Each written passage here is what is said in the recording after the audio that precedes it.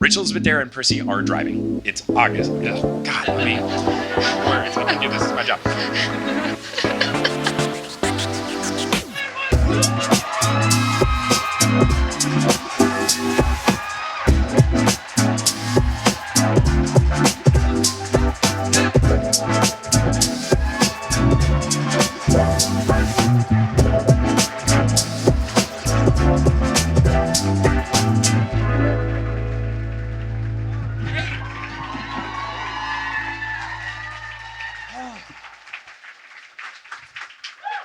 Berlin, Germany, what is good?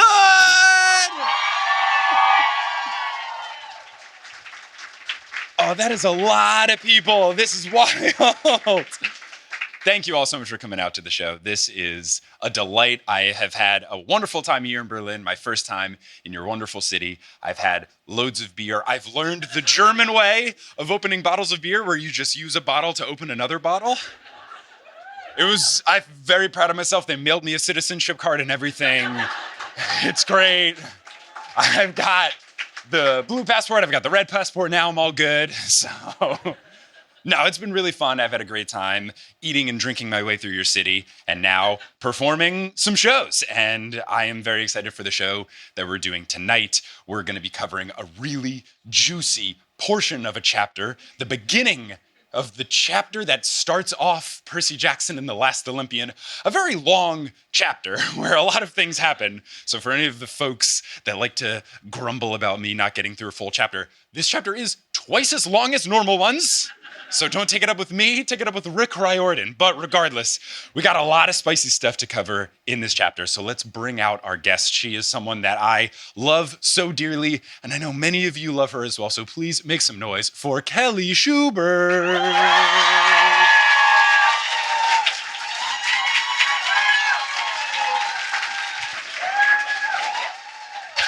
Hello, hello.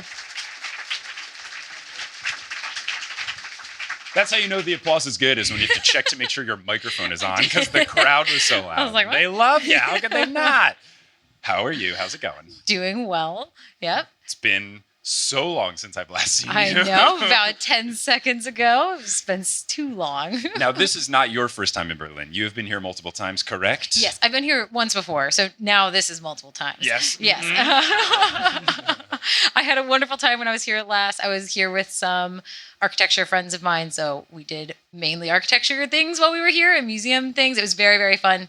And then this trip has been a little bit shorter, a little bit more compact, but we still brought a lot in. I put on my tour guide hat, brought them around, talked to them about the history and the architecture. It's been fun. The architectural insights have been very, very good. It's been nice to learn all the different architectural things around town and see all the buildings and all. It's been nice. I appreciate your wisdom that you bring to the table. Things that I would just look at a building and go, oh, that's pretty. But you can tell me why it's pretty. It's very important. So we are going to be covering the beginning of chapter 1 of The Last Olympian. This chapter is called I Go Cruising with Explosives. Of course, I always try to make the guesses. So my guess, just from reading this chapter title alone, I wrote, tricky. I bet we get a situation where Percy is in the middle of some sort of quest off the jump, like an in media res situation. And then I remembered that he might be driving now, because at the end of book 4, we had the situation where he's getting his permit. So my guess was that he was going to be driving and that he has Greek fire in the car that he has to use to fend off some sort of bad guy.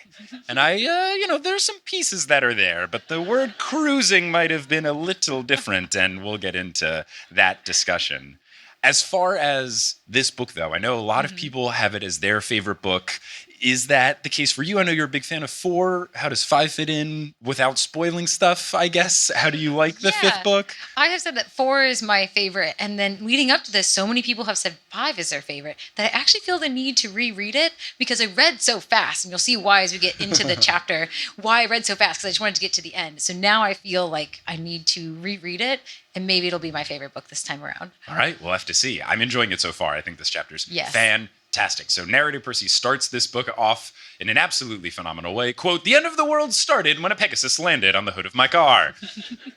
And I'm very excited about this because any sort of Pegasus mention means that it could be our good friend BlackJack, our canonically Italian-American Pegasus friend. And then also, I know that there is a Pegasus on the cover of this one, I believe. I think it's Percy flying around the Empire State Building, at least on the main one. So you figure Olympus, you figure Pegasus. It's interesting that it's already coming here so soon. Now, narrative Percy lets us know that before this happened, he was having a pretty swell afternoon, especially because he didn't turn 16 for another week.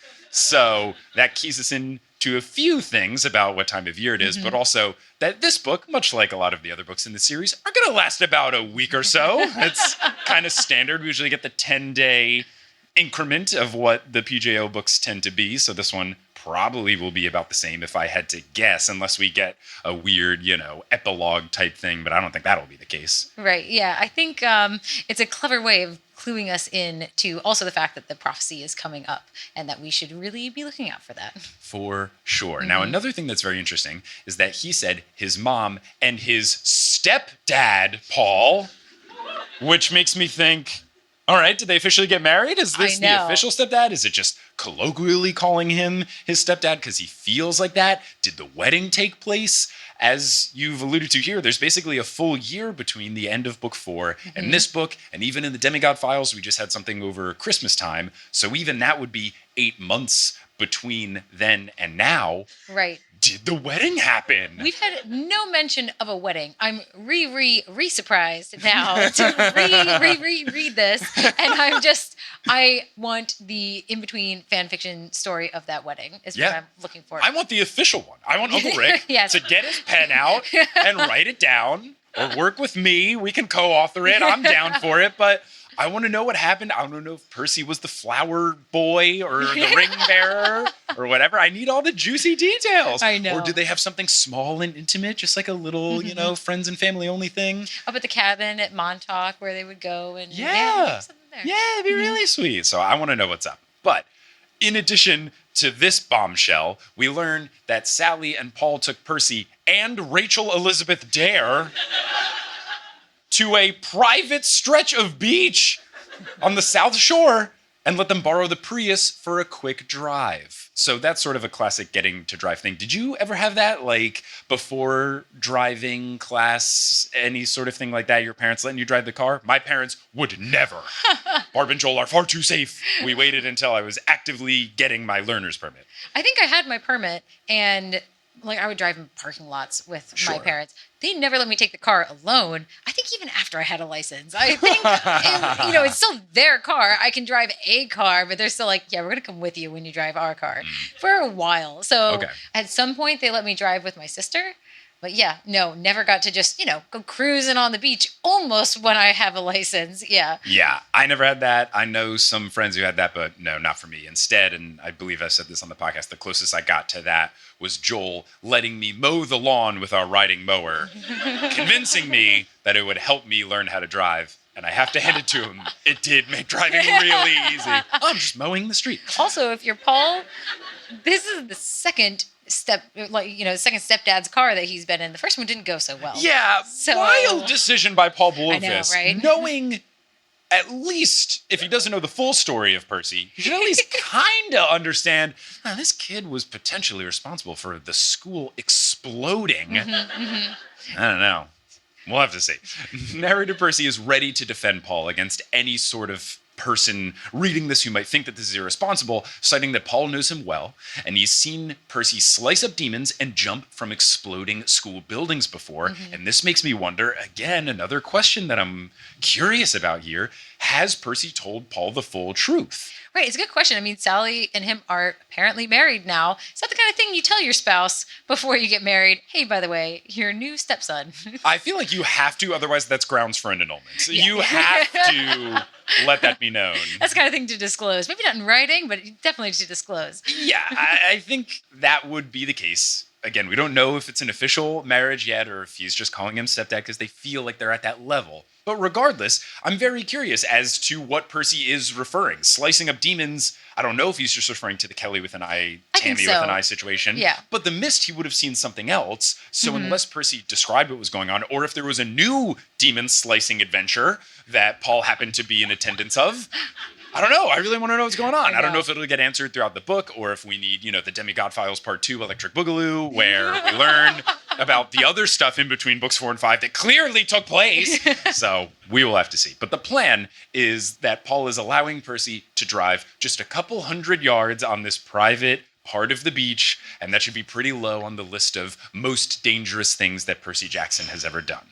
Rachel Elizabeth Dare and Percy are driving. It's August, and it's hot out. Speaking of it being hot, narrator Percy's got some spicy descriptions of Rachel Elizabeth Dare for us.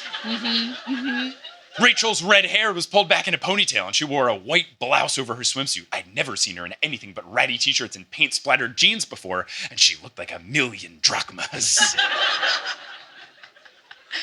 Yep, I know. Now, this is where you'll soon see the progression of my feelings towards all of this, because at this moment I was thinking, Percy, what are you doing?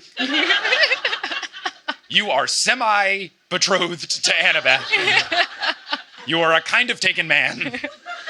But we'll see how things go and how my perception of this all changes a little bit and how it makes it very tough for me in a good way. She tells Percy to park at a lookout spot, and I just wrote in my notes, oh boy. They stop on a ridge looking out over the Atlantic Ocean. Percy always loves the sea, but today it seems especially nice, as if Poseidon is calming it just for them. He then explains to the reader that his dad is Poseidon, just in case someone started with book 5. Does that mean that Poseidon's a Rachel stan here? He's not Team Annabeth. He wants the calm seas for the Rachel date. We'll just have to see next time Percy hangs out with Annabeth near a body of water. And Percy's like, the waves were crashing and there was jellyfish all about and seagulls swarmed. So Rachel Elizabeth Dare smiles and asks Percy about some sort of invitation. Percy tries to muster up some excitement, and he reveals to us that she invited him to her family's vacation home on St. Thomas for 3 days. Now, to try to give context of St. Thomas, because we're here in Germany, just a very nice vacation-y island that people in America go to if they have lots of money and they live in the Northeast.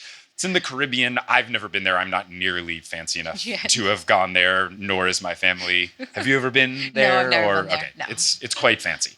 That is a big move, though, from Rachel Elizabeth Dare. A 3-day come to my family's vacation home invitation? I feel like you don't do that unless you are either in some sort of relationship or something that's going in the relationship direction, or it's very much established that this is not a thing. They're in that weird sort of in-between. Feels like a big step. Yeah, I mean, her parents know who he is, and his parents know who she is, and that's pretty telling in itself how their relationship has grown in the last year. Right. You don't get parents of each side involved unless things are serious. Yeah. So, I don't know. It's getting tricky. Now, this is very different from the more down-to-earth family vacations that Percy is used to, where they just kind of go up to the shack in Montauk. He admits that he is in need of a vacation, but he's on call for a mission, and his birthday is next week, which, of course, is a very intense date to have circled on the calendar. Now, Rachel Elizabeth Dare is aware of the situation and the circumstances, and she even admits to him that she knows the timing is bad, but she asks him, isn't the timing always bad with you?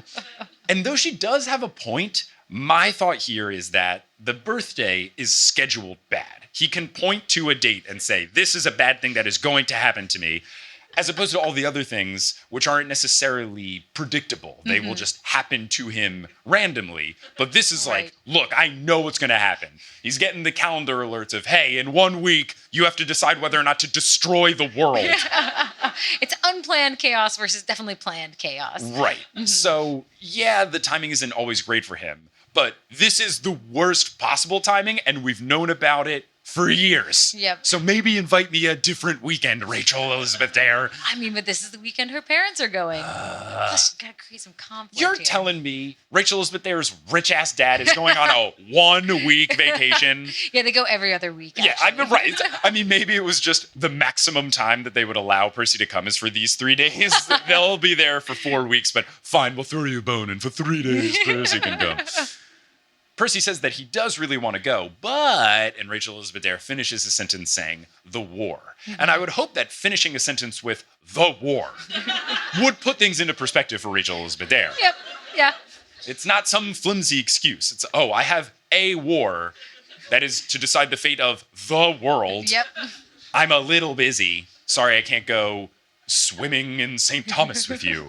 I think she knows what's up here, though. I think she's still asking the question, I think she knows the answer, though. Right. And she's not necessarily holding it against him because she just tells Percy to think about it and adds that they don't leave for a few days. But then she implies that her dad is being a bit fishy. He's being overly nice to her because she thinks that he wants her to attend Clarion Ladies Academy in the fall, which sounds gross. It sounds so stuffy and boring. When you say it that way, of course, yeah. I mean, how else can you pronounce Clarion Ladies Academy? Yeah. Like, no, you're Clarion Ladies Academy.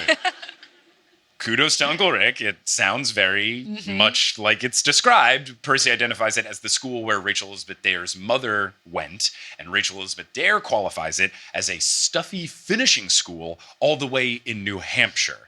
Now, to put New Hampshire in context here, since we're in Germany, I don't want to diss on any city, because I know some folks traveled from various parts of Germany and not Germany to be here in Berlin.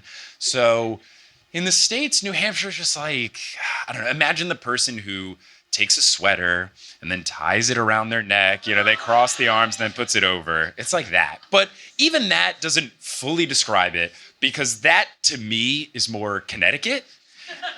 And that's a problem with New Hampshire, is that I know so little about it that I can't even make fun of it properly. Like, at least you have states like Vermont where you can be like, maple syrup and skiing. Great. Or you have states like New Jersey, where I'm from, where it's like the one we all hate and make fun of the most. Yep. At least we have a thing. Rhode Island, it's really tiny. Delaware, it's a tax haven, and that's it. Like, there's all the little things that you can make fun of the other states for. But, like, what do you even make fun of New Hampshire for? Like, that's how boring it is. There's not even something to make fun of it. No, it's a good point. I've been to New Hampshire once. I went skiing there. I actually had to look up just now to make sure that is where I went skiing, because I wasn't 100% sure that was the state I was in. It could have been Vermont. I don't know. But it was New Hampshire. New Hampshire. Rachel Elizabeth there asks Percy if he can envision her in finishing school, prompting me to Google, what is finishing school? And apparently, according to the internet, it is a private college where girls are prepared for entry into fashionable society, which sounds disgusting. Yeah, the only kind of finishing school that we need in the U.S. is a place that teaches you how to change a tire, do your taxes, deal with insurance, those kinds of things. That'd be a good finishing school. I would love that. We don't have that in America. Do you guys have that in Germany, where they just like teach you how to be an adult? Okay, so we can all sympathize. Where they teach you algebra and calculus and whatever, but they don't teach you, how do I do laundry? I've long wanted there to be just a class your senior year of high school that's just called, I don't know, making it. They just tell you how to do laundry, how to properly do the dishes. More advanced things can be taxes and all of that. That'd because they didn't teach us any of that. And for all of those things, you know, either my parents have to teach me it, or I just had to learn how to do it in college when I was a freshman and I had to do it on my own. Or I was very fortunate that after I graduated college, I sat next to, during orientation, a guy at my job who was there to do business stuff. And he knew all of the tax things and he taught me that. Otherwise, I would have had no idea what to do about my 401k and my Roth IRA. Like, I would have been so lost. Thank God I sat next to Kelton Johnson for 2 weeks. I'm eternally grateful to him for the financial situation that I was much better in from the years of ages 22 to 24. I didn't know what I was doing. Nobody taught me anything. I've often said that my taxes is the most Jane Austen part of my life. My dad used to help me with my taxes, and then when we got married, your taxes were way more complicated, so now you do my taxes. So I, as a lady, transfer from my father to my husband. You just roll mine in with your very complicated mess.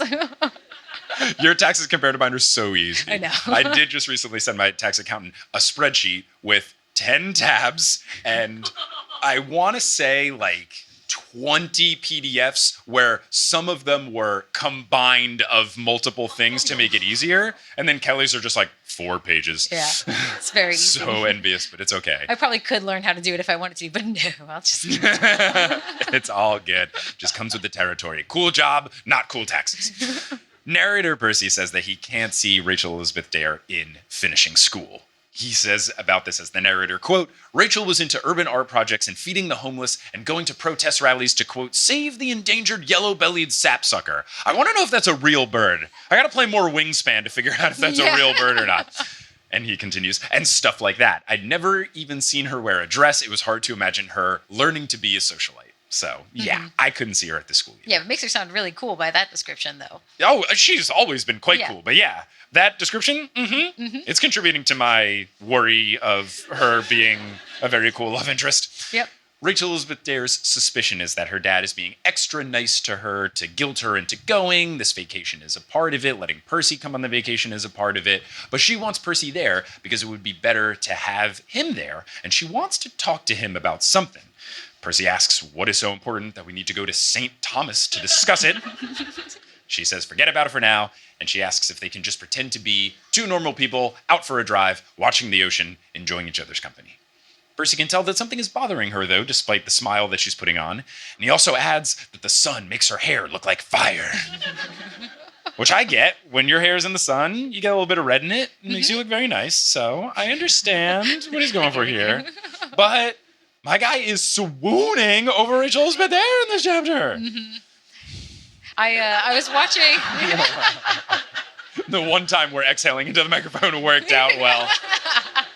I was watching you read this chapter last night, just waiting for progressively louder gasps. And at this point, you were just a little frustrated. Yeah. Every like 5 minutes, I'm like, where are you now? Where are you now? I was wondering why you kept asking where I was. Where are you now? But at this point, I wrote minutes that we're really starting to enter love triangle territory. And at this point, I realized love triangle is not the correct term for this situation. In general, I feel like we misuse it.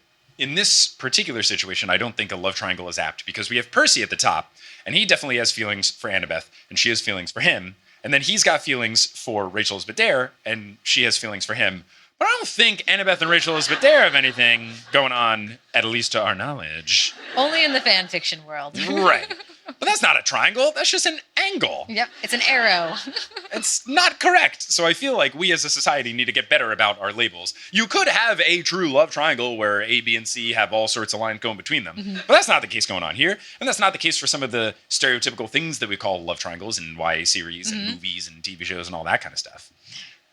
Anyway, it's a Percy Jackson podcast, not a linguistics podcast. But regardless of the name being wrong, I, at this point, didn't know how to feel about Rachel Elizabeth Dare being in the Annabeth tier of Percy love interest. But the next sentence clarified things for me. Narrator Percy says, quote, we'd spent a lot of time together this summer. I hadn't exactly planned it that way, but the more serious things got at camp, the more I found myself needing to call up Rachel and get away, just for some breathing room.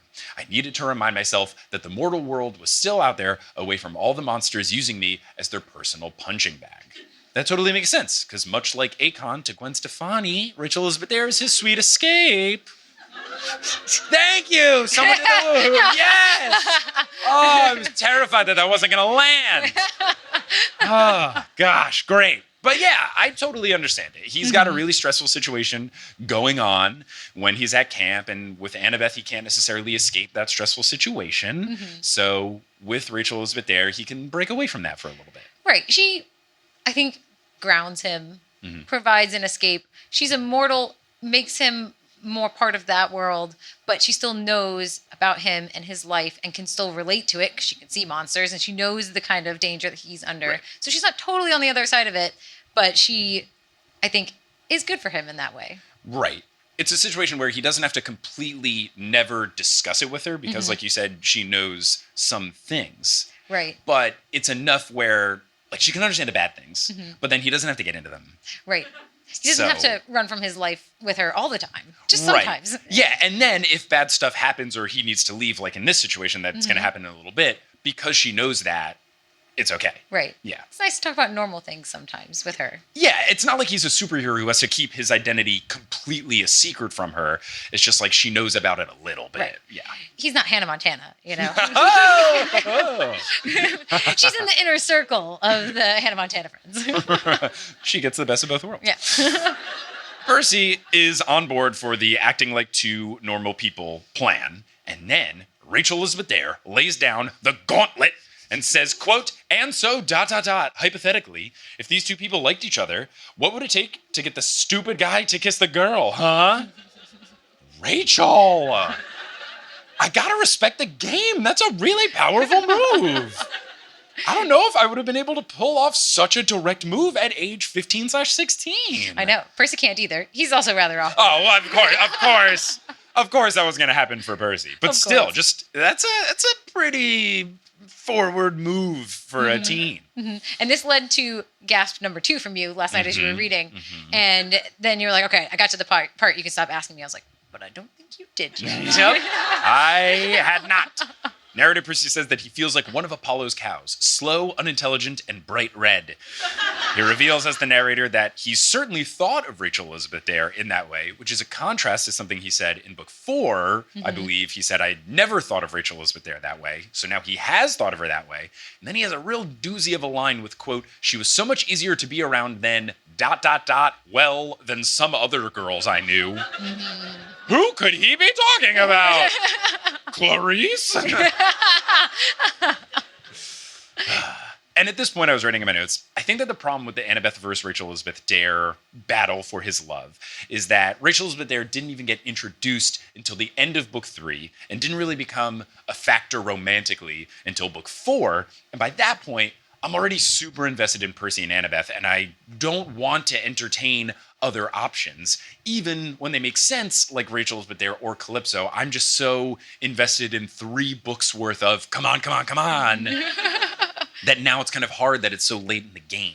Well, I don't think Calypso was ever a good option for him because he was going to have to leave his entire world for her, and he's very important to his world. Yes. He was at least going to avoid the prophecy situation, though. Yes, but as far as her being introduced early enough, I think book 3 is early enough, especially because she's played a really important role every time that we've seen her. She's saved his life in some way every single time that she's been introduced. And I think that she's been written in so likable that she does, unfortunately, become a contender that you could actually see him with. Yeah, I think as I went on, and as we talked about it a little bit when I was reading, it was one of those things where the problem I'm describing shows how good it is that she did come in that late, but then is still compelling, kind of like you're saying. So I get it, but I'm just trying to relay my in-the-moment notes. At this point, though, the closest that I could get was seeing Rachel Elizabeth Dare as a, I could see her and Percy together type thing, but not necessarily a, I want them together thing. Right, yeah. But I wasn't sure if this was me just being a little too finders keepers about it, where I was like, Annabeth got there first. She has the right to him or whatever. But she had laid the groundwork, and Percy is not necessarily the easiest to deal with romantically because he's very dense about it. She's laid the groundwork. She's made the first moves. She planted the kiss. So she's put in some of the effort. So I feel like it's not necessarily fair. But then on the other hand, she's been kind of a stinker the whole end of book 4. Like, I think it was justified for her to be a little bit grumpy, but it's dragged on quite a bit as well to where it's getting into the, like, you might blow this Annabeth situation. I think also with Annabeth, this interaction at least got me thinking about Luke and Annabeth. That's true. That's been lingering in the background too. And it's like, is Rick writing this in for a reason? What are all these characters and all these really complex relationships doing? And this is why I don't remember book 5 very well, because I just sped right through it because I needed to know. Well, I can't do that, but let's keep going. I was thinking if Rachel Elizabeth Dare was in the mix earlier, I might have been more on board, but I don't know, it just feels like Annabeth is supposed to be the one, that it's a little bit like it might be getting into the situation you get with some TV shows like The Office or Abbott Elementary, where you know where it's going to end up. But what makes it hard is that Rachel Elizabeth Dare is very good for him. And it's not like some other love triangles you'll see, whether it's stuff that I just referenced or things like in the Hunger Games, where there's very clearly one person that's better. And if you're a Gale stan, you're wrong. Peeta was so much better, and that's why I got so frustrated that I stopped reading the second book, because when Katniss was like, Peeta's so nice to me, what's the deal? I was like, he's perfect for you! Threw the book across the room and never opened it again. Or in contrast, in Twilight, when she has to pick between Edward and Jacob, and she picks the wrong one. But Jacob was the right one, even though he introduced with... Okay, I didn't read them. All I know is that he introduces and greets her one time as like, what's up, loco? Or whatever. That's a huge red flag. I think that was just movie Jacob that did that. Oh. Sorry, I will file my complaint with Taylor Lautner. Yeah. But yeah, what's hard here is that I don't think Rachel Elizabeth Dare is worse for him. It's just different. It's an apples and oranges situation, or pretzels and sausages. Like, they're both great options, so you can't go wrong. Because unless you're vegan, right? Anyway, Percy Jackson. Percy Jackson thinks that being around Rachel Elizabeth Dare is easier than being around Annabeth because Rachel Elizabeth Dare doesn't hide much and lets you know how she's feeling, whereas Annabeth makes Percy work a little bit harder and watch what he says, and he has to try to figure out what she's thinking. And this is also tough because sometimes you got to put in a little bit of work to make a relationship that's worth it work out. But also on the flip side, just like me in my life, I appreciate that you are very direct and I don't have to play all sort of guessing games, so I can also see how that would be appealing. I was going back and forth so much. Yeah, you got very distracted at this point last night. I'm just like, it's keep not reading. Distracted. It's yeah, it's part true. of the podcast. It is still noteworthy for the job, and I'm like, just keep going. Just keep reading. Right. So the gods, thankfully, though, have blessed Percy Jackson because before he can even say anything or make any sort of reaction to what Rachel Elizabeth Dare has done, 4 hooves crunch down atop the hood of the Prius, and a voice says, "Hey, boss, nice car!" So it's BlackJack, let's go! Percy does not want to get mad at BlackJack for wrecking the hood, but he does suspect that Paul Blofeld might not be too thrilled about what just took place. Percy begins to ask BlackJack what he's doing here, but then he sees that someone is riding on BlackJack, and this particular person that happens to be on BlackJack's back makes Percy realize that his day is about to get a lot messier. It's our old pal Beckendorf, which is exciting. I love Beckendorf. Our good pal Charlie, I was excited to learn more about him in the Demigod Files, so I have more of an affinity towards him. I already liked him. He gives Percy a sup, which is great. Demigod Files established that they call each other dude. Now in this book, they greet each other with sup. Very 2010 teenage boy friendship. I love it. Narrator Percy notes that he is dressed for combat, and then he gives the reader a bit of a rundown about Beckendorf's whole deal. He's ripped, he's a mechanical wizard, and he recently made a Greek firebomb in the bathroom of a tour bus that was moving monsters across the country, and it took out an entire division of Kronos' army after the first flush, which is awesome. And at this point I wrote in my notes, Uncle Rick is on an absolute heater in this chapter, because it's so well written, it's so interesting, and in so many different ways. We've got action stuff, we've got romance stuff, we've got scene setting, and just you can envision where they are. The scenery is very clearly described. There's so many different things going on, and we're on page 4, maybe? It's so good. This chapter is incredible, and I'm starting to see why so many people like this book if Uncle Rick keeps this up, because my goodness, the first part of chapter 1 is so phenomenal. Right, we are at pace right now. You've got comedy too with BlackJack coming in now. Of course, yes. Amazing. It's fantastic. Beckendorf has a sword and a bag of explosives, so the chapter title is really starting to approach. Percy asks him if it's time. Beckendorf nods. Percy's heart sinks because despite the week's worth of preparation that they've done, he was secretly hoping that this would never happen. Rachel Elizabeth Dare greets Beckendorf, who introduces himself and says, "Percy's told me, he mentioned you." Beckendorf, who has been established as not smooth in the Demigod Files, continues to not be smooth here. He's as smooth as chunky peanut butter. Rachel Elizabeth Dare cocks an eyebrow because Beckendorf basically told her everything he was going to say, since he said most of the sentence of "Percy's told me a lot about you." She cocks an eyebrow and says, "Really? Good." And then asks them if they have to go save the world. Beckendorf confirms. Percy begins to ask Rachel Elizabeth Dare to relay the details to Sally. She says that she's on the case, and she will also explain the whole car damage situation to Paul.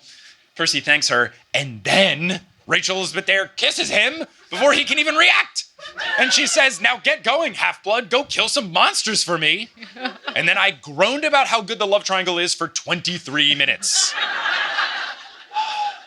It's so good. This is so good. It's very good. And I appreciate that she's very direct. Annabeth also has to be very direct with him because Percy won't make any sort of move. So it's not like Annabeth is dropping the ball here, but they're both just up to the task. It's so tough. That's so good. I know. It's amazing. I mean, Rick has written 2 very complex, strong female characters, and that's why we like them both. And they're both very different, but they're both good for him in different ways. Yep. So as Percy flies away on BlackJack, he wonders what Rachel Elizabeth Dare wanted to talk to him about, and if he'd even live long enough to find out. Don't worry, Percy, you're in the sequel series. You'll be okay. Beckendorf checks with Percy just to make sure, I shouldn't tell Annabeth what happened, right? Percy says, Don't even think about it. They then arrive at their target, the Princess Andromeda, the cruise ship that we all hate. I already am not a big cruise ship guy. This just makes me hate cruise ships even more. But they go to Luke, now Kronos' I guess, headquarters, as night is arriving. And the ship is headed for New York. Beckendorf asks Percy if he knows what to do. Percy nods, and narrator Percy explains that they've done test runs on abandoned ships at the dockyards in New Jersey. I love that my home state showed up. Don't know how I feel about them showing up in the area of property damage, but at least we found a way into the series. That's 2 New Jersey instances so far. Nice. Neither of them have been particularly positive, but I'll take it. Neutral at best, really. Yeah. Percy knows that the timing is going to be tight, but he recognizes that this is their best chance to shut down Kronos' invasion before it even begins. Percy asks BlackJack to let them off on the lowest stern deck, and BlackJack says, "Gotcha, boss. Man, I hate seeing that boat." And then narrator Percy reminds us, just in case we forgot, or we're starting with book 5, that BlackJack used to be held captive and had to work for the bad guys on the Princess Andromeda. And then narrator Percy figures that BlackJack would rather have his hair braided like My Little Pony than return to the Princess Andromeda. And there's no way that Uncle Rick could have predicted the very strange comeback that My Little Pony would have had into the cultural zeitgeist. But what a weird accidental way to keep this book relevant. Percy tells BlackJack not to wait for them. BlackJack begins to protest, but Percy insists. And then BlackJack does this cool move where he plunges to the deck and folds his wings so that they can plummet really quickly. And then just before they get to the landing spot, BlackJack opens up his wings again, and then they have a nice, soft landing. Really cool stuff. Very cool. BlackJack drops them off and says, "Good luck, boss. Don't let him turn you into horse meat." And I think that would involve magic of turning them into horses first and then killing them, but I digress. BlackJack flies off. Percy calls him his old friend, which I think is really nice because it's establishing now that BlackJack isn't just a cool car or a means of transportation. Yeah. He's also his friend with his own personality and not just something like a means to an end of, oh, I got to get somewhere, let me call up BlackJack. Percy genuinely views him as a friend, and I think that's cool. I wonder if BlackJack's going to start like a Uber service where you can call a BlackJack to pick you up.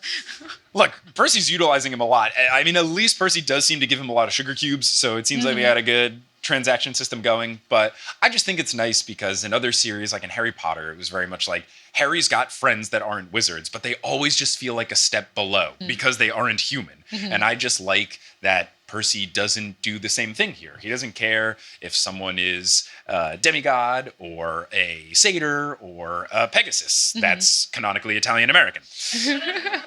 He is friends with them, and I think that that's just nice. Tyson, a Cyclops as well. Like, Percy doesn't care, and I think that's genuinely very cool and a nice thing to have in the series. I agree. I think that the only, like, animal that elevated to friend level in Harry Potter would be Hedwig, but even then, like, kind of. Well, yeah, and what's the coolest line from Hedwig? Hedwig doesn't do anything. I mean, you got Dobby and some other people too, but like, it's nowhere near the situation that's here, where it's just, you know, not making a big deal of it. Just BlackJack is my friend, and I think he that's also really is a nice. horse, but you know, we all have friends that happen to be Pegasus. Come on. Percy then uncaps Riptide. Beckendorf pulls out a piece of paper that Percy at first thinks is a map, but then realizes that it's a picture of Selena Beauregard. A big old hubba moment for them, as we saw in the Demigod Files. They're becoming a thing, and I am now very worried about them because they are already in that tier of character where we like them and we care about them, and if one of them got murdered in a fight or a war or whatever, if we lost one of them, we'd be sad. But it's not like they're at main character status where we would be absolutely crushed. So I was already worried about them, but now that their love is becoming more of a prevalent thing in the Demigod Files and now in this book, it's just like, I'm really scared about them, but we'll have to progress because I can't look at your face to see if you're sad or anything about it. But I am happy for the two of them. Percy reveals that they started dating last summer, and this summer is the happiest he's ever seen Beckendorf, despite all of the tough missions that they've been going on. And At this point is when I realized, oh, wow, a full year has passed since book 4. It's already the summer again, and then even 8 months since the Demigod Files, because one of those 3 stories is a Christmas story.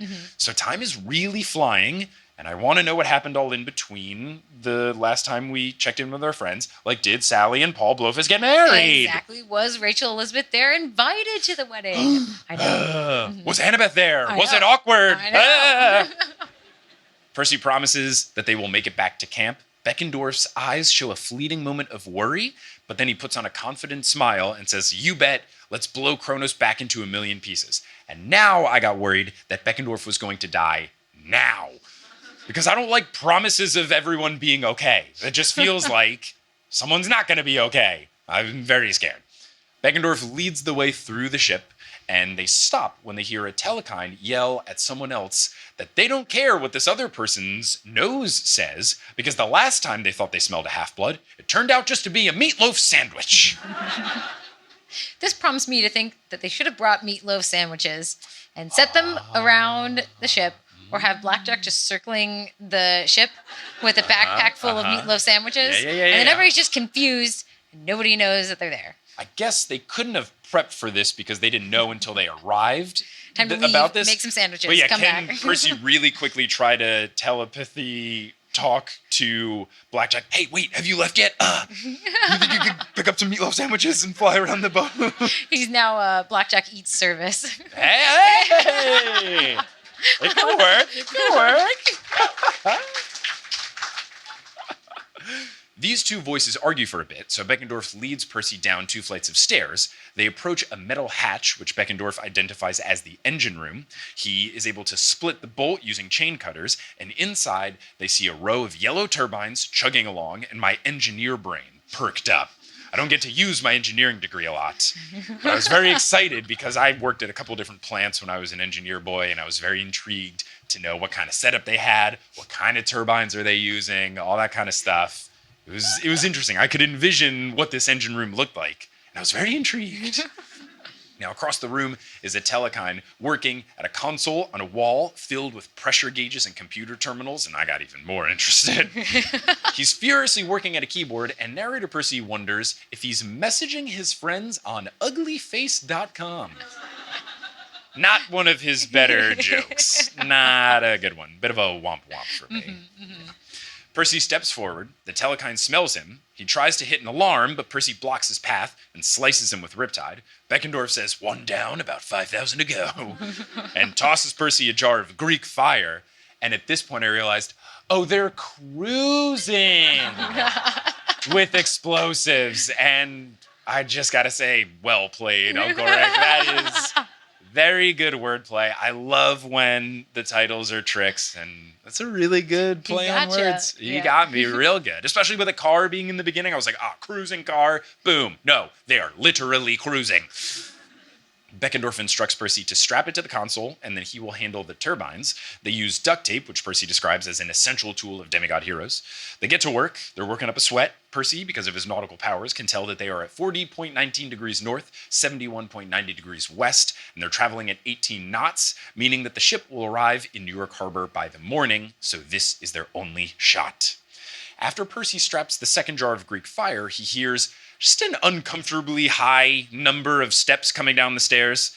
So he asks Beckendorf how much longer until they're ready. Beckendorf says too long, explaining that he still needs to wire the receiver and prime the charges, and these tasks will take about 10 minutes. Percy thinks that they have about 10 seconds before these bad guys arrive, so he is going to distract them so that Beckendorf can keep working. Yep, he's about to start making the meatloaf sandwiches. Right. I'm going to find the kitchen in the cruise ship. I'll be right back. Percy offers to distract them. He says he'll meet Beckendorf at the rendezvous point. Beckendorf begins to protest, but Percy says, wish me luck. So Beckendorf just has to say, good luck. And then Percy heads out. He very quickly annihilates a half dozen telekines on the stairs, and then he passes an additional one who drops his Lil Demon's lunchbox. And Percy keeps him alive, 1, because this is very cute, and 2, because he needs one person to be alive to sound the alarm so that if he is going to be a distraction, he will actually provide a distraction. So he's hoping that that person will sound the alarm and everyone will follow Percy instead of going after Beckendorf and Percy or investigating the noise, whatever caused those people to run down the stairs. It's a valid strategy, but I think it's because he was cute with his little demon's lunchbox.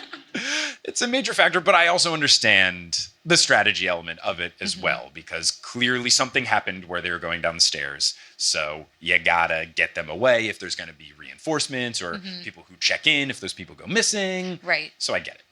Percy runs through the ship, noting that it looks gross after years of monster occupation. He then realizes that the zombie tourists aren't here anymore, and he guesses that they met some cruel fate and doesn't want to think about it too much. Yeah, that makes me wonder, did a whole cruise ship of people go missing and nobody in the mortal world took notice of it? That mist is powerful stuff. I guess. I don't know. Your parents go on a cruise and you're just like, oh yeah, they're still cruising around. A couple years later, I suppose. Maybe the horrible demise is they just got dropped off in Florida or something. Because the cruise ship did get stuck in Florida. So maybe their untimely fate was just, you have to be in Florida. The one person who always comments on the subreddit of whether or not I made fun of Florida in an episode is going to be furious. But it's been a minute. Now, Percy reaches the promenade and sees that the large fountain that's there has something new in it, a giant crab. And Percy qualifies that this is not giant crab as in giant crab that you might see at a $7.99 all-you-can-eat Alaskan king crab buffet, to which I'm wondering, where are you getting all-you-can-eat Alaskan king crab for $8? Because I need to go to that buffet now. And if you do, probably get some food poisoning from that yeah, buffet. That's true. That price is suspiciously too low. Yeah. Not double digits for a seafood buffet. Little tricky. Now, what Percy means is giant in terms of larger than the fountain, about 10 feet tall with pincers longer than Percy's body. Now, I'm thinking at this point, okay, but you're the son of the sea god, so can't you just be like, crab, be gone? But it stares at Percy with its beady eyes, and Percy can sense intelligence and hatred behind those eyes. Narrator Percy says, quote, "The fact that I was the son of the sea god was not going to win me any points with Mr. Krabby." And now I'm thinking, he's ready to burst out into song, because this is Tamatoa from Moana. The Disney crossover has begun. And look, they get the little cameo. They get Jermaine Clement to do the voice. All he has to do is a bunch of hissing noises, because I think it just hisses and at one point does something like or whatever. Come in, get a quick payday, make some onomatopoeia, and get out of there. Not a bad gig for the old Flight of the Conchords, man. Yeah, I think it'd be a great little cameo for him. It'd be wonderful. Look, I would do it if I was in that position. Disney, hire me. I'll do the voice of the crab. Why not? So it hisses at Percy. Alarms start blaring, meaning that reinforcements are on the way. And Percy tries to just scooch around the crab, but it rushes towards Percy and begins to attack. Percy then hears a voice say, "There, intruder!" So he knows that, cool, my distraction plan is working. Not so cool, in that I'm in the middle of a promenade, and if the reinforcements come, they can easily swarm me, so I gotta deal with this crab quickly. Percy dodges a claw swipe and then cuts off the tip of it with Riptide, but the crab seems mostly fine, so Percy tries to think if there's anything that he's been told in old stories about monster crabs. And he recalls a time where Annabeth told him something about Hercules crushing it under his foot, but Percy thinks that that won't work here since the crab is just slightly larger than his Reeboks. And when he said Reeboks, I was very locked in. Because 1, Reeboks in 2010, that is past the prime of Reeboks. Very surprising. 2, what model of Reeboks is he rocking? That's very interesting. And 3, do they switch this to other shoe brands in different countries? Like, do they switch it to K-Swiss or Puma or something else? Like, I don't know if Reeboks have made their way. Like, how do you describe, like, the third tier of shoe in the other countries? So I want to know if they switch with that brand name, because they'll do that for soda or other food in the books.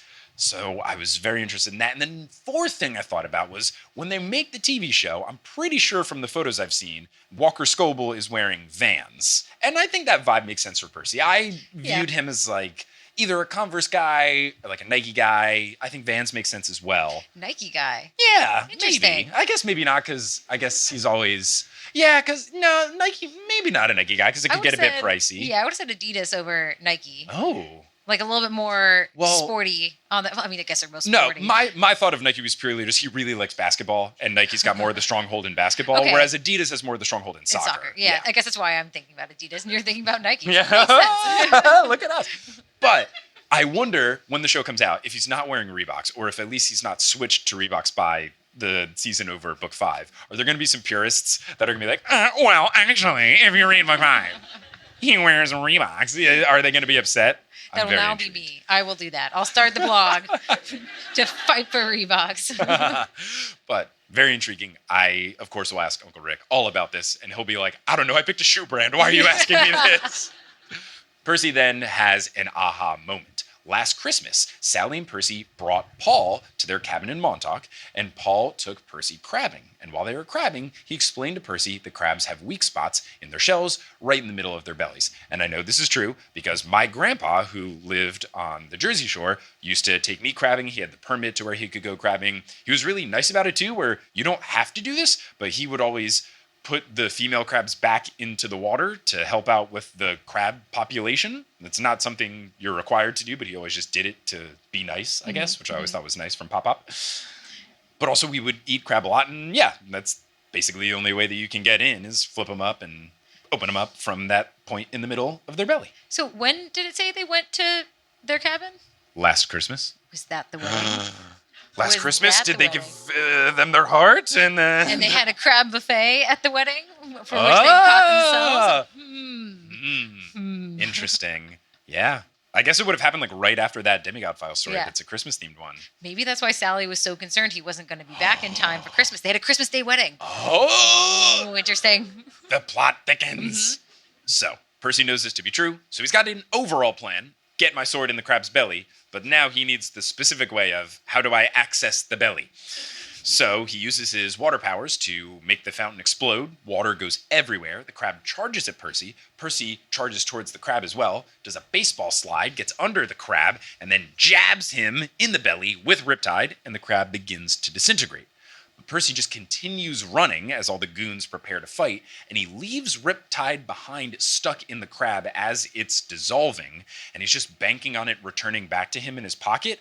And I know that that is what Riptide does, but this better work, because I'm just nervous anytime he leaves it behind. What if someone grabs it before it teleports, and then, I have the sword now? Does it still teleport if somebody else takes it? We've never seen that happen. That's true. We've only ever seen it dropped or lost or whatever, and then it goes back. So I don't know if someone else wields it.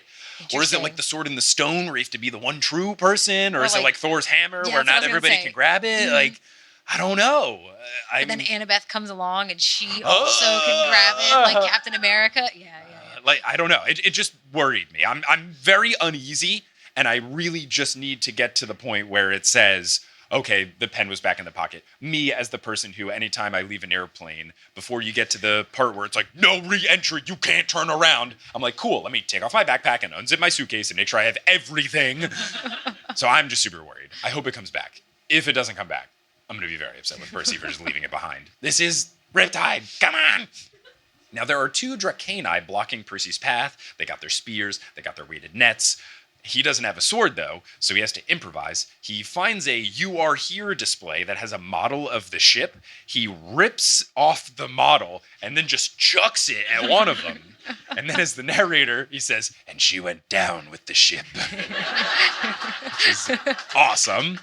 He then jumps over her, grabs the spear from the other one, and then slams that other one into an elevator, and then just keeps on running. Imagine he slams her into the elevator, presses all the buttons, and then keeps Yeah, it's really good stuff. So he's in the middle of this chase. The action stuff is really solid, but this is where we are going to stop for now. I know, it's so good. But anything else, it's just going to be really tough. But that's where we're going to stop the episode now if you're listening after the fact. But there will be more. We'll go to the mid-roll break. Hello and welcome to the Last Olympian. Yes, this is the name of the mid-roll break for our Book 5 episodes. This is the first edition of the Last Olympian, and it is also Toronto edition of the Last Olympian. I am coming to you live from our hotel. We just completed the live show. It was such a fun time. The crowd was fantastic. The venue was cool. Everything about it was great. Kelly was a phenomenal guest. All good things. And now let's talk about updates for this episode that you're listening to, as well as the podcast. First and foremost, there is a video version of this episode. So the venue in Berlin, where Kelly and I performed this episode, did have a pretty nice camera set up. So if you go to the Newest Olympian's YouTube channel, I think you can also go to youtube.com/@newest Olympian. You'll find it. I'll also put the link to it in this episode. But yeah, if you not only want to hear the episode, but you want to see the episode and see what it's like unedited, because Sherry and I don't do all the editing for the video that we do for the audio here, you can check that out on the TNO YouTube account and subscribe to it while you're there. Speaking of live shows, we also have our upcoming shows that I've been talking about in Hartford and Chicago and Milwaukee and Minneapolis. Tickets are live at thenewestolympian.com/live. Now, live show stuff aside, one of the things I love the most about the Newest Olympian is the community around the show. And we are just starting our coverage of Book 5. And that's a wonderful time to talk in the community with other people about either the whole book or just where we're at in the podcast or both, whatever. There's a lot of different ways you can interact with the TNO community, one of which is the Discord. If you join the Patreon at any tier, you get access to the Discord. There's a bunch of different channels. You can talk about just where we are at in the book with the podcast, or you could talk in the channel where all of Book 5 is discussed, or the full Riordanverse, or some of the other channels like the ones where we talk about off-topic things or share pictures of pets, or the Pigeon Party channel. Lots of fun stuff over at the Discord. But if that's not for you, we also have 2 Facebook groups, one that is spoiler-free, one that is spoiler-filled. You can talk about stuff with folks there. I always post episode discussions on the spoiler-free one, so you can go in and talk about your thoughts on the episode. We also have a subreddit, reddit.com/r/thenewestolympian, where you can talk about whatever you want. So there's lots of different communities. Now's a good time to get in the mix as we begin our coverage of Book 5. Twitter, Instagram, those things are there too. Whatever you're looking for. Search for Newest Olympian on social media. We might be there. Now, I mentioned the Discord, which is for patrons. And speaking of that Patreon, we've got a whole bunch of new things going up on the Patreon, director's commentary, bonus episodes, and more.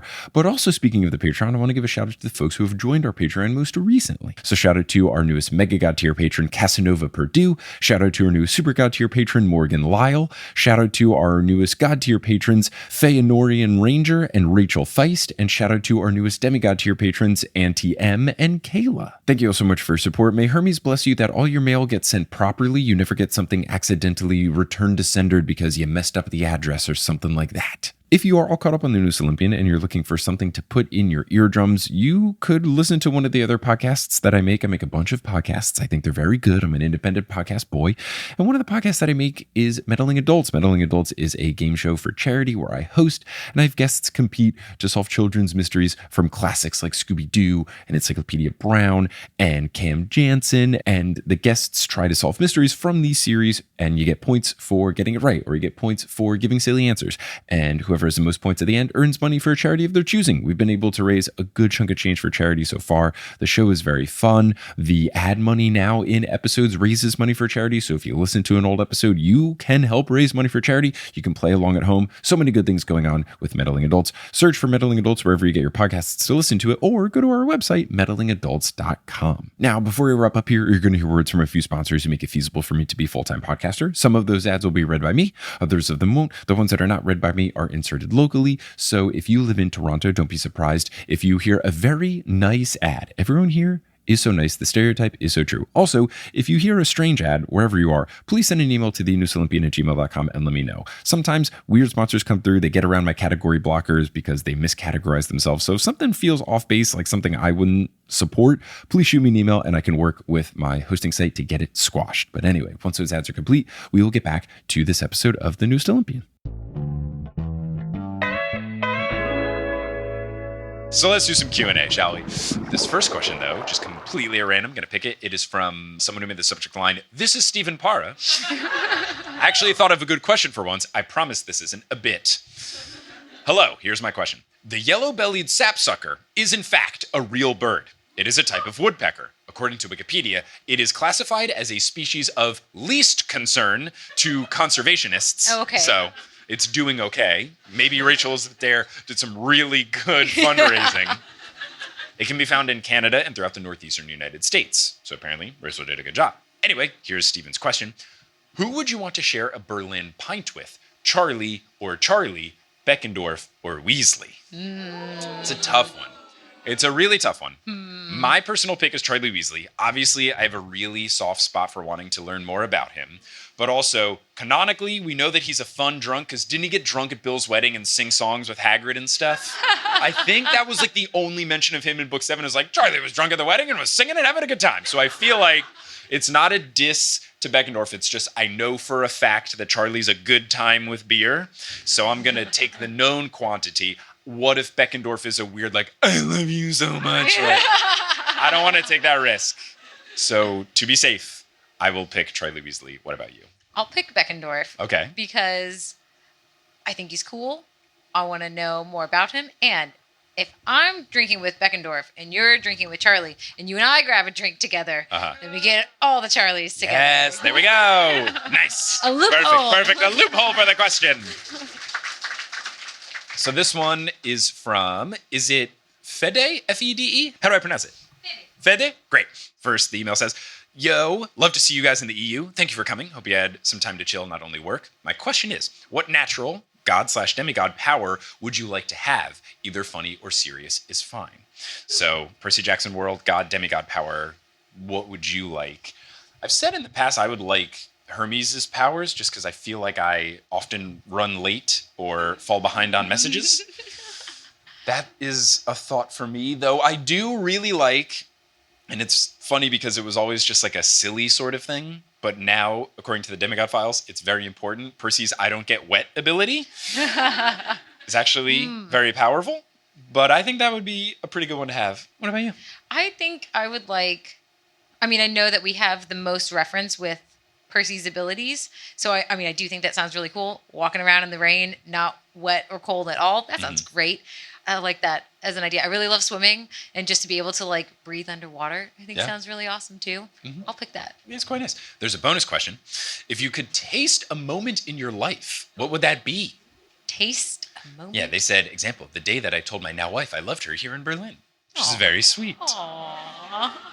Taste a moment. I'm trying to think, because obviously there's very important moments in my life, but I don't know how to associate it with a taste. But if I could taste a moment in my life. Pick our whole wedding day. Yeah, wedding day would be good. It's a very complex flavor. Yeah. There's a lot going on. Sweetness, funness, just spiciness. a whole lot of fun soup all mixed together. I think it would be a wonderful funfetti type flavor. Right. Yeah. I would also like to taste our first like long conversation where I that was knew fun, that I like had some feelings going on. Yeah. That would be a nice one to be able to taste. Yeah, because it was one of those at that moment I was like, where is this going? But maybe now with the future knowledge, that could be a good time. That'd be fun. Yeah, and it wouldn't just taste like whiskey or anything. Okay, this one is from Sarah. Says, hi, we're Sophia and Sarah. We have 2 questions for you. 1, if you were forced to get a tattoo dedicated to an Olympian god or goddess, which one would you choose and what would it be? So if you had to get a tattoo dedicated to a god or goddess, what would you choose? I know I'm picking a lot of Hermes, but I always thought that the winged sandals are a cool look. So that could be a fun little tattoo to get somewhere. Maybe I could get like wings on my actual ankles. And that would be a good one to like hide since I'm usually wearing fun socks and stuff like I am today. That's true. That could be just a very simple heart for Aphrodite. Okay, something sweet. Yeah. Number 2, if you could be a companion of any of the quests in books 1 through 4, which would you choose? So you could be on any of the quests. Which one was the least scary? I was going to say, they all have a chance of death attached to them. So, right. I do think that the labyrinth is just so interesting, and all the different places that they end up and the scenery that they see and the different types of underground architecture that they see too. I think that could be like a really interesting one to be a companion on, assuming that I don't die on that one. Yeah, I might pick the third one just because all the means of transportation was really cool. You had the train where they're in the car, and then you have flying on the Pegasi a lot, and then even both Percy and Grover end up arriving on Rainbow, the hippocampus. There's like lots of fun means of transportation in that one. They go to Olympus as well. Like there's some fun stuff happening there. Is that the one where they also ride on a wild boar? Yeah. Yeah. So See, yeah, there's lots some of good stuff. Lots of modes of transport. Yeah, they drive in like that weird abandoned pickup truck that just happened to be in the junkyard that I still don't trust. There's a whole bunch of stuff going on. Okay, this one is from Paulina. Subject line is, please choose my question. I traveled 7+ hours from another country. So I had to pick this one. Hi, Mike and Kelly. I'm so excited to be here. The show is great. Question, if you could get any Greek god to be a guest on TNO, who would it be and what would you ask them? Lots of love, Paulina. If you're curious, I traveled from Warsaw, Poland. That is dedication. Wow. Awesome stuff. Any Greek god or goddess to be a guest on the show? Who would I get and what would I ask them? Who's got all the tea and would spill it? That's the question. Dionysus, for sure. Because Yeah. he's at the camp, so he knows all of the But scuttlebutt. only if he likes you enough to spill it. I feel like he doesn't Yeah. like anybody. Yeah, but he's becoming a bit more of a softie as the Yeah. books go on. He's slowly opening up to Percy Jackson / Peter Johnson / Perry Johansson, as he called him. If it's just for the purposes of TNO, I think the choices would be Mr. D, if I can get some dirt about stuff that happens in the camp, or Poseidon, just because we could get some Percy insight, maybe get some backstory, learn a little about Sally. Yeah. Like that could be really sweet too. So I feel like that would be my choices. That's a good choice. Yeah. So this next email is from Laura. Laura says, hey, it's really great having you here. In the past, Percy had some adventures in different states of the U.S. What do you think would happen on his journey if he'd visited cities from Torup? So the cities that we have gone. How would Percy fare, except for getting attacked by stuff everywhere? Yeah.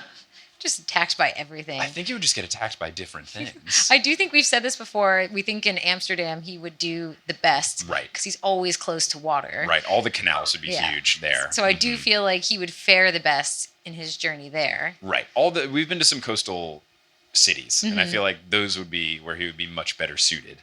I think he just would get attacked by lots of different things. Yeah. I feel like he'd also get confused with the public transit because it doesn't work exactly like the subway. Yeah. Like he would get confused by the tube in London. It was just like needlessly complicated. I feel like they could have simplified it. That's true. I feel like he'd get lost. We got a little bit lost. Okay, I was a little bit lost. I feel like they could have done it a little bit better. So this one is from Marco. Subject line, I sat in a bus for 8 hours to get here today. Dedication. Hi, Schubes and Kelly. I hope you're having a good time in the show today. We are. My name's Marco. I'm Hufflepuff. My question for you is, what is the coolest / most enjoyable thing you did during your travels through Europe so far? I love the first act, and I'm sure I'll love the second just as much. Thank you so much for the show. It's been tough. That is It's hard been really to cool. pick. I mean, honestly, like the easy thing is for me to just pick like all of the shows because it's absolutely wild that I just get to do this and that I've been able to do this and that we've had the wonderful situation of like everyone here selling out this show so quickly that I had to add a second show in Berlin. Like absolutely bonkers stuff. I think if I'm putting that aside, because just being able to do that is so ridiculous. Us going up to Lapland, Finland to do our little Northern Lights trip was really cool. It's basically the only thing of vacation we did for this trip because this was very much like a tour. And then if we can do some fun stuff along the way, cool. It's the flip of Australia where we were like there for vacation in Australia, New Zealand, and then happened to do some shows. So I think the one like vacation-y thing we did where we saw the Northern Lights and did the dog sledding and snowmobiling and all of that, like that was just super cool. Right. I mean, we're definitely making our time in all of the cities, like carving out little bits of time to have little pockets of vacation. But yeah, that is the one piece of the trip where we took like vacation bits. I loved dog sledding. It was fun. It was fun. So much fun. I really loved that. And I also had a good time in Oslo. We had a fun day where we went to a sauna and then we did the classic like sauna and then go into the freezing cold water and then back into the sauna thing, which was really cool. And then later that day, Kelly and I went tobogganing and it was a place where like I had gone before, but then we went again and then we went tobogganing. It's like this place in Oslo where you can take a public transit to it and then it's an old like bobsledding track that they've converted into just like a place where you can just like go sledding now. And we rented toboggans and helmets and it was cheap and it was fun and we did 2 runs and we got absolutely soaked because it was like raining the whole time, but it was super fun. And it was fun. cool for me to go like a second time and go there with you because I'd been there in the past, but now it's fun to like share that experience with you. So that was really fun as well. I felt that way while we've been in Berlin too, since I was here before and I had such a very like in-depth experience before. It was fun showing you around and telling you the things that I learned. Yeah. It was really fun. This question is from Laura. Laura says, if the PJO books were written today, would Grover be a vegan? Wouldn't it be weird if he eats goat cheese? I agree. I think so. And I think that could be something that they put into the TV show. Like, I wouldn't be surprised if that's something that they try to add into it. Because I'm not really sure if the TV show is going to try to make it like modern or if they're going to vaguely set it in like the mid-2000s like the books kind of are. But they feel like they're going to... I feel like they're just going to try to make it modern. I don't think they're going to specifically try to date it. Because the books don't feel particularly dated. They never say exactly what year it is. So I could see them bringing in some more modern stuff like, why not make Grover vegan? Yeah. Doesn't he love cheese enchiladas? Isn't that like his thing? Right, but he could like cashew cheese enchiladas or something like that. Like it's pretty easy to work that in. Yeah. So I think that could work out. I don't think that's impossible. Yeah. So this one is from Jewel, or is it, do I pronounce it differently? Jule? Eula? Great. Eula asks, hi, I love the show so far. My question is, what is the distillation of your soul into an object?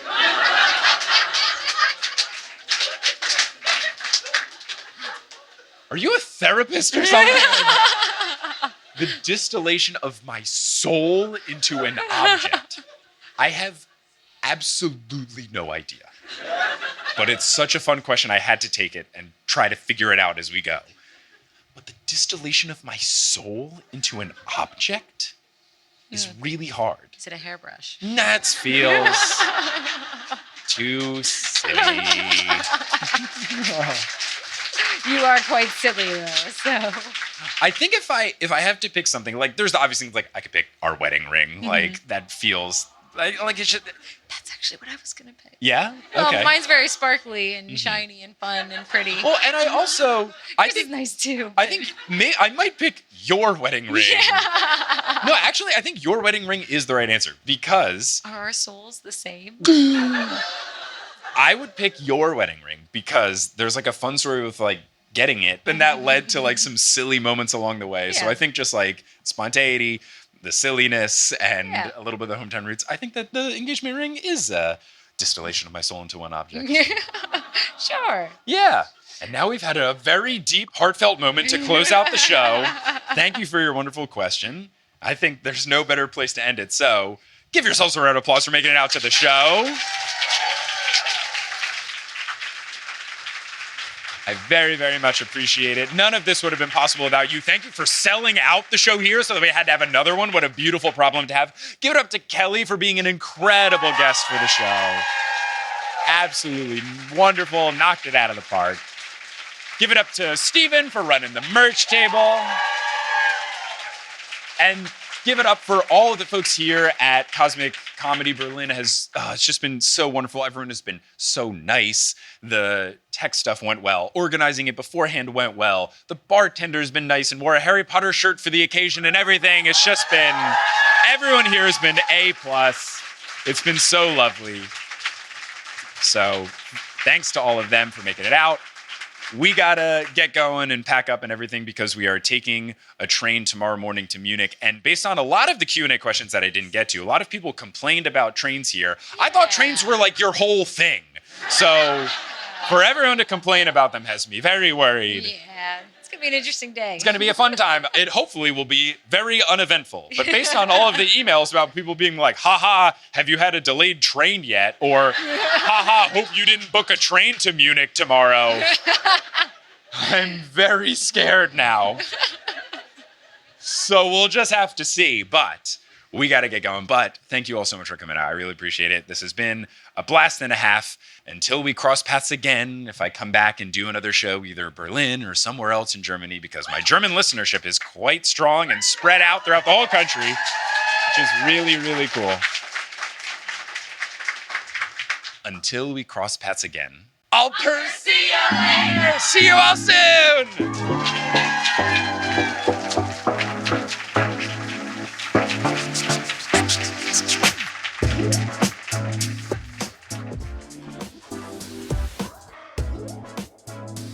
Hello, Hello! Thank you so much for listening to this episode of The Newest Olympian. This podcast is created, hosted, and produced by me, Mike Schubert. I also run the social media and the website. Our editor is Sherry Guo. The music is by Bettina Campamanas and Brandon Google, and the art is by Jessica E. Boyd. If you want more TNO in your life, there's a couple different places you can find us. You can find us on social media. We're at Newest Olympian on Twitter, Instagram, and Facebook. We're on Reddit, reddit.com/r/The Newest Olympian, and then Patreon has a whole bunch of bonus content at thenewestolympian.com/Patreon. Speaking of the Patreon, I'm going to give a shout out to our producer level patrons, our members of the Olympic Court: Kelsey Gillespie, the Damn Steam Nuggets, Vicky Garcia, Ellie Hoskovchova, Veronica Bartova, Haley Hastings, Robin Garcia, Frida Vikstrom, Megan Moon, Craig McRoberts, Taylor Payne, Giselle Salvador, Peter Johnson the Twin, Sabrina Balsiger, Boney Pony, Heather McMillan, Casey Williams, Polly Burridge, Nikki Harris, Tatiana Schmidt, Sandra Rose, Josh Sayer, Joshua Wilkie, Abby Ryan, Wise Girl, Ashton Gabrielson, Marco Redhouse, Caden Mack, Sam Reeby, Riley Kiddes, Mary Kelly, Audra, Mrs. O'Leary, Rodith Kolna, Milo Kim, Fred Cabras, Harlan Christ, CC Reeds 23, Sandkopf, Julia Kendall, Emil Oscar Thomason, Liz Cardigan, Zachary Hamilton, Sarah Neal, Ricky, John Drielsma, Demigod Nurse, Rayla Matthews, Riley Draken, Lunica Dune, Sky Mallory, Elizabeth Obermiller, Aidan Parziani, Biggest Tyson Fan, Hunter Landstrom, Captain Jack Rackham, and Sky Captain and the Princess. If you want to help out the show in a non-monetary way, you can talk about the podcast. Word of mouth is so huge. Whether you tell someone directly, you know someone who is a PJO fan, or someone who's been looking for an excuse to read the books, you reach out, hey, there's this podcast TNO, The Newest Olympian. It's perfect. The host is great and also humble.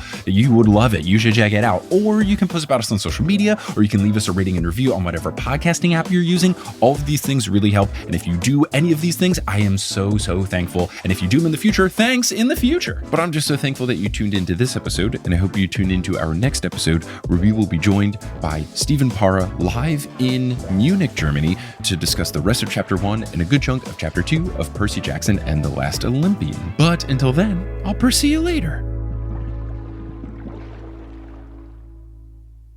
Hey everyone, how's it going? It's me, ASMR Mike. So I am currently here in the hotel room in Toronto, and I am recording on this little side table, and I'm in a chair and stuff. So I was just gonna, make some like ASMR-y noises with the stuff surrounding me. So here's me kind of tapping my fingers and my fingernails against this like faux marble table that I've got stuff set up on.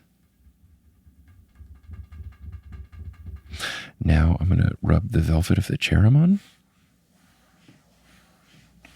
There's also like a wood armrest on the chair I'll kind of like drum my fingers on. And finally, I'm going to rub the curtains on the window. Not sure what came through in the audio, but hopefully something did. Thank you so much for listening.